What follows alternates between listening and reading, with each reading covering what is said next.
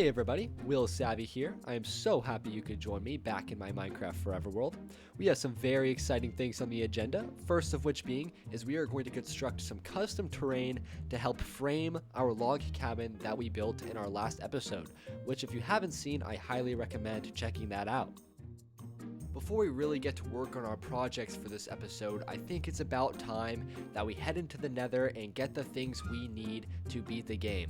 An elytra and shulker boxes would make the processes so much quicker, so much easier, and it's going to be a lot of work. It's kind of the dirty work that needs to be done before I can start having my fun. But I am all up for it. So without further ado, the nether is calling. Unfortunately.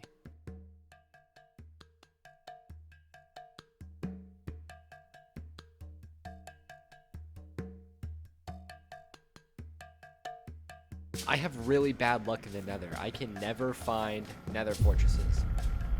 Okay, that was not planned. I'm sorry. Never mind, I redacted. I have really good luck in the nether. I have been walking around for a while, so I guess it's fair.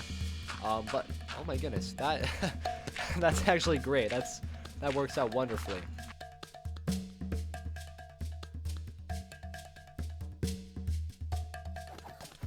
Wow, okay. There's a bastion remnant right there, but I think I already have enough on my plate to be able to say not right now to that.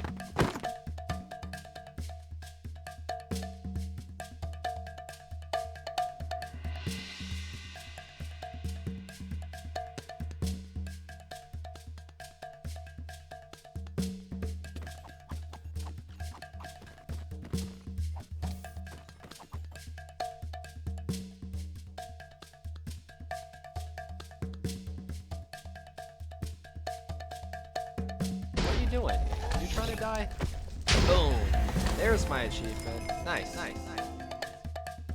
Okay, we are finally out of the nether, thank goodness, and the next thing on my agenda is to go ahead and fill in all of these dirt outlines here, just so by the time we are ready to start decorating with rocks, flowers, trees, what have you, we don't have to do the boring part, and I can just get this knocked out right here. So I'm going to go grab my dirt real quick. Alright, this is all the dirt I have in the world, so hopefully it is enough. If not, it's probably won't be too big of a deal to get more, but let's go ahead and get this done.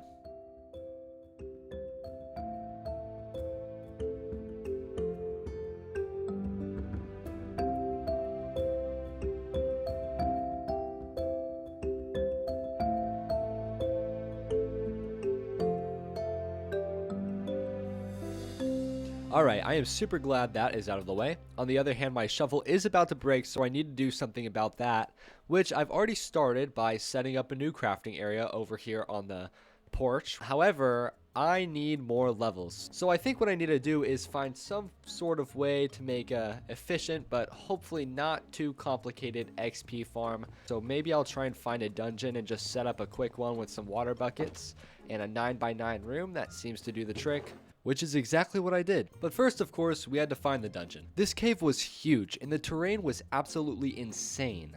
And lucky enough, we found our dungeon. So I threw together this classic design, and there you have it, a fully functional XP farm. And after some time AFKing, I finally got enough levels and re-enchanted my gear, and I even got a silk touch pickaxe, which will definitely come in handy. And on the note of the silk touch pickaxe, I made an ender chest, which will be super useful. Then I decided I still kind of didn't like my enchantments, so I packed up my enchanting setup, went down to my XP farm one last time, and AFK'd for a couple hours. I have my enchantment setup all packed up away. That's going to do it for AFKing for me. I don't have max enchants on everything, but it's far better than what I had before. And now I'm going to reveal something to you guys that I found earlier that will give us a great opportunity to test our enchantments, and that thing is the trial chamber, which I've never done, but I decided to go straight in.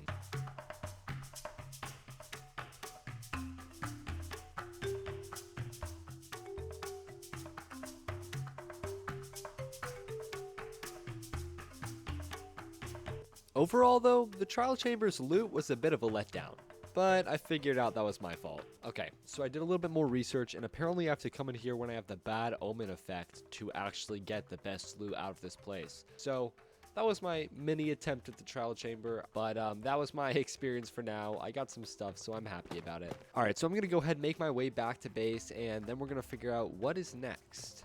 I've ran through this cave many times and I still am finding diamonds everywhere I go. Here's some more. Let's hope I don't burn my diamonds. Alright, now we gotta find a way to get back up to the surface.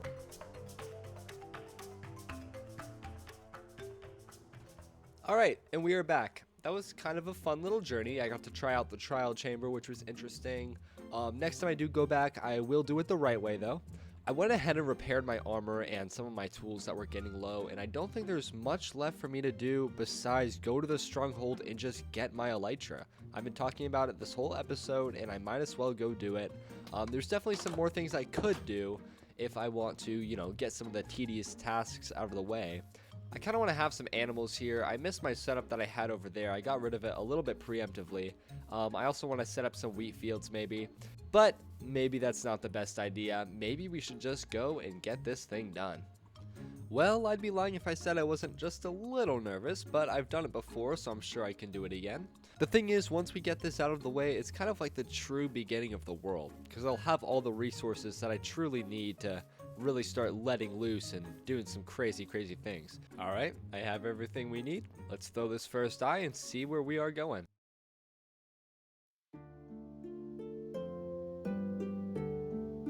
The journey was long and the nights were cold, but stories foretold of an ancient stronghold. Willsavvy embarks upon his quest to slay the dragon in its own nest.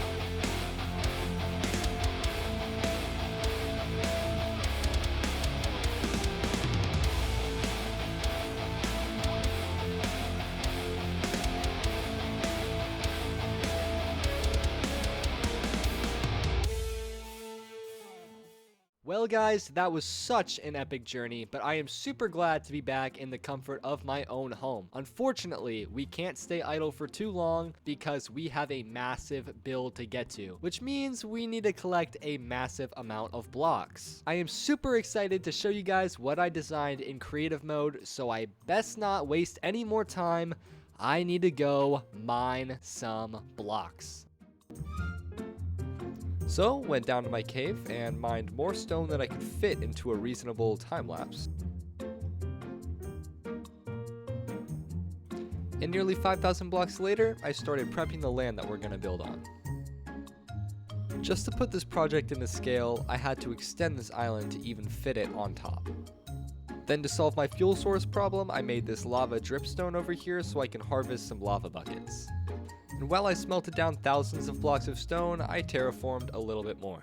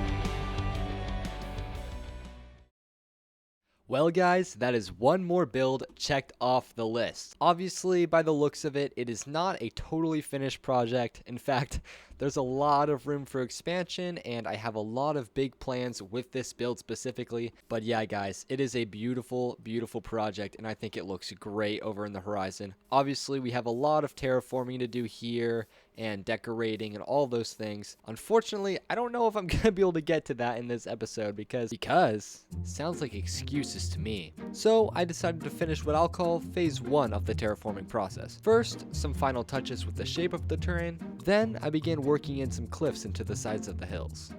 I went with a pretty simple palette, using tuff as my darkest block, cobblestone as the medium, and then stone as the lightest. I tried to achieve a more natural look by indenting the cobblestone and using slabs and stairs to create a more organic shape.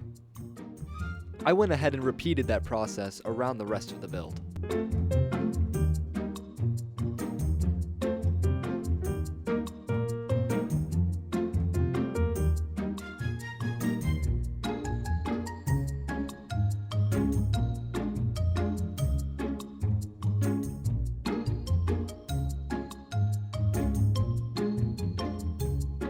Alright, now I'm feeling a little bit better about the progress we made in this episode, and I even collected some blocks that we're going to use to finish off this project. I also went ahead and built a temporary, super simple sugarcane farm because we're definitely going to need more rockets. I need to figure out gunpowder, but that sounds like something for the next episode. So, I'll see you next Friday. Bye!